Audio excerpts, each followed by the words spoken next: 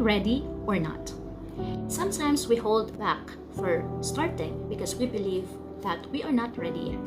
We are waiting for the perfect plan, for the perfect time, for the perfect moment, or even for the perfect version of ourselves. For me, I waited for some people's approval.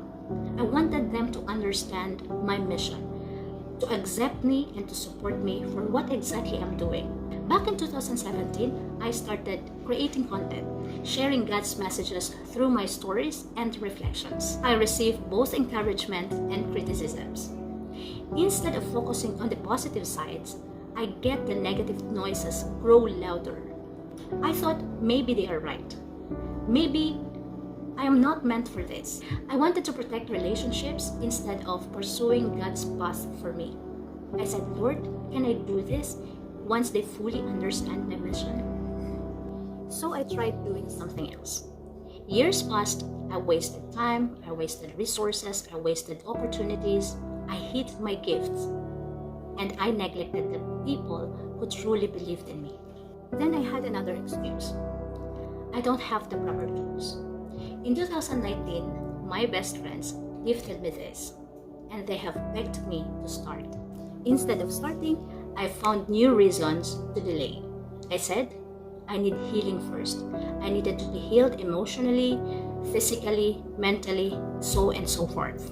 And then I said, sana mabayaran ko man lang yung mga utang ko so I can present myself clear in front of them. Sad part, the more I waited, the deeper I sunk. Friends, don't be like me. If God is calling you to do something, do it. Ready or not, start taking single small steps daily. Focus on what truly matters. Do not wait for the perfect time, for the perfect tools, or even for people's approval. Use whatever resources you already have. God gave you those gifts for a purpose. Don't hide them. Don't keep them for yourselves. In the gospel, Jesus reminds us through the parable of the wedding banquet that when God invites, the real question is not, am I ready?